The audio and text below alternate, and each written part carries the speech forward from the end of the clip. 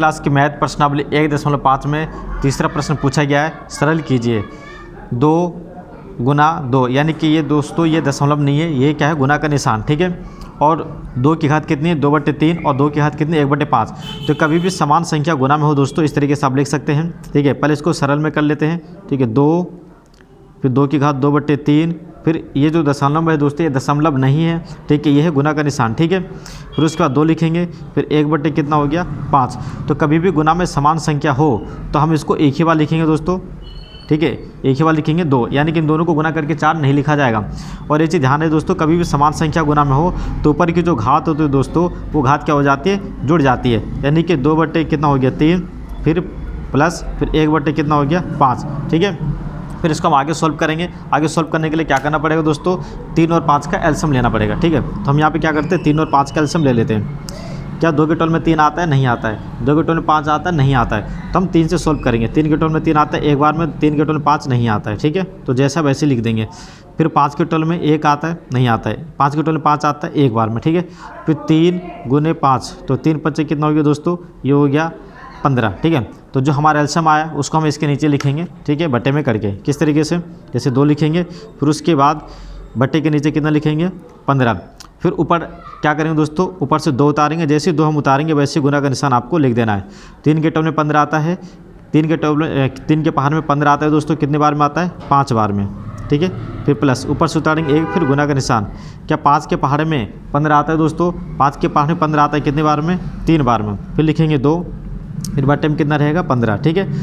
2 का टेबल 2 का पहाड़ा 5 बार पढ़ेंगे तो कितना हो जाएगा 10। फिर 1 का पहाड़ा अगर 3 बार पढ़ेंगे तो कितना हो जाएगा 3। फिर आपको क्या करना है 2 का 2 जैसा वैसे लिख देना है, ठीक है।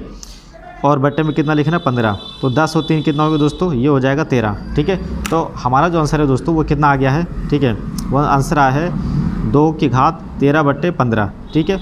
अब इसके साथ साथ आपको एक चीज़ और ध्यान रखना है, आइडेंटिटी यानी कि सूत्र किस तरीके से सोल्व हुआ है।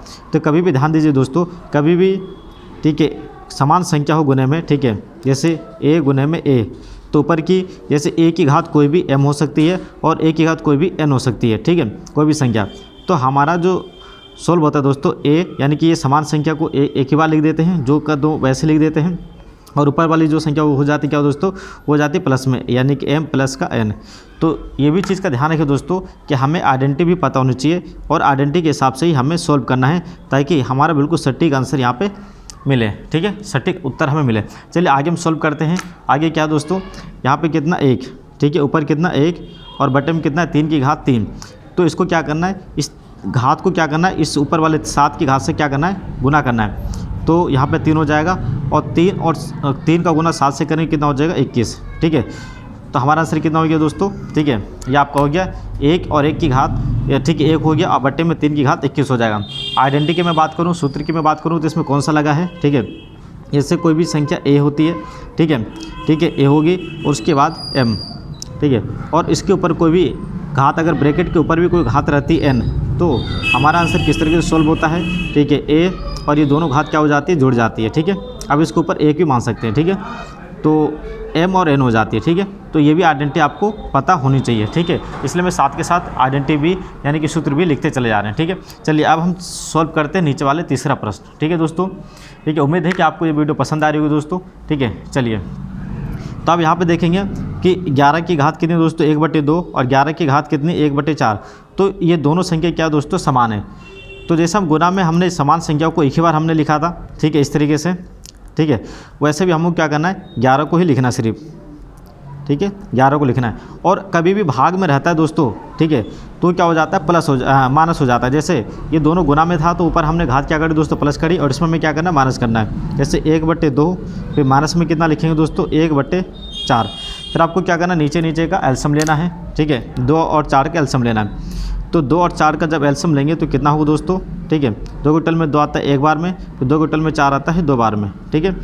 फिर उसके बाद 2 के टोल में 1 नहीं आता है, 2 के टोल में 2 आता है एक बार में, ठीक है। तो हमारे एलसीएम कितना आ गया 2, फिर 2, फिर 2 दूना कितना हो गया दोस्तों, ये हो गया 4। तो एलसीएम कितना आ गया 4 आ गया। फिर आपको क्या करना है, ठीक है, 11 लिखना है, फिर बट्टे में कितना लिखना है 4, जो एलसीएम हमारा आया है। फिर ऊपर से क्या उतारेंगे दोस्तों 1 उतारेंगे, फिर गुना का निशान, ठीक है, जैसे ऊपर की संख्या हम उतारेंगे वैसे गुना का निशान हमें लिख देना है। 2 के टोटल में 4 आता है दोस्तों, कितने बार में आता है? 2 के टोटल में 4 आता है 2 बार में, ठीक है। फिर ऊपर से उतारेंगे 1, फिर गुना का निशान। क्या 4 के टोटल में 4 आता है? ठीक है, 1 बार में, ठीक है। फिर उसके बाद लिखेंगे 11, फिर बट्टे में लिखेंगे 4।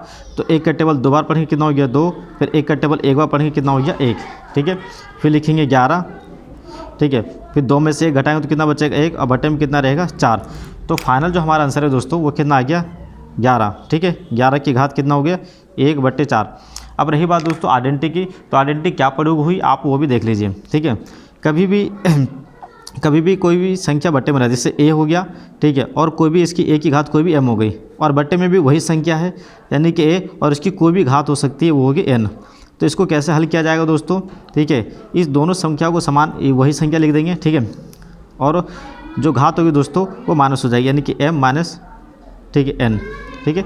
तो ये भी आइडेंटिटी है, ये भी आपको बिल्कुल ध्यान में रखना है, ठीक है। जब आप इस आइडेंटिटी से करेंगे तो बिल्कुल अच्छी तरीके से आंसर आएगा, इसमें कोई भी गलतियाँ नहीं होगी, ठीक है। चलिए अब हम करते हैं आगे चौथा सवाल।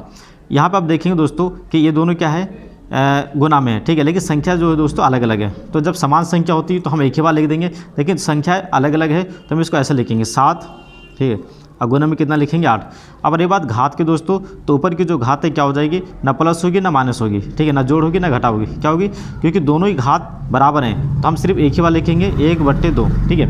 और नीचे वाली संख्या क्या हो जाएगी? गुना हो जाएगी। जैसे 7 का टेबल 8 बार पढ़ेंगे, 7 का पहाड़ 8 बार पढ़ेंगे तो कितना हो जाएगा? 56, ठीक है। और उसके बाद इसकी घात कितनी रहेगी? 1/2। अगर रही बात इसके दोस्तों प्रयोग की, आइडेंटिटी की, ठीक है, आंसर तो यही हो गया, ठीक है। सूत्र कौन सा लगा दोस्तों? आइडेंटिटी कौन सी लगी वो भी आपको बता देते हैं, ठीक है। कभी भी संख्या a रहेगी और उसके बाद b रहेगी, ठीक है, कोई भी संख्या गुने में रहेगी, ठीक है, तो इसकी कोई भी घात अगर m है और इसकी भी घात सेम वही है, ठीक है, दोनों की घात सेम रहेगी, एक ही जैसी रहेगी, तो हमारा आंसर रहेगा, ठीक है, a b, यानी कि ये दोनों गुना हो जाएगी, ठीक है, और ऊपर क्या हो जाएगा? घात दोनों की समान लिख दी जाएगी, ठीक है। तो ये भी आइडेंटिटी पता होनी चाहिए। उम्मीद है कि आपको ये वीडियो पसंद आएगी दोस्तों। इसी तरीके से वीडियो प्राप्त करने के लिए इस चैनल को सब्सक्राइब कर दीजिए और वीडियो को लाइक कर दीजिए, ताकि कोई भी वीडियो अपलोड हो तो सबसे पहले आप तक पहुंच जाए। फिर मिलते हैं अगले वीडियो में, तब तक के लिए आप अपना ख्याल रखिएगा। ओके, नमस्ते एंड बाय।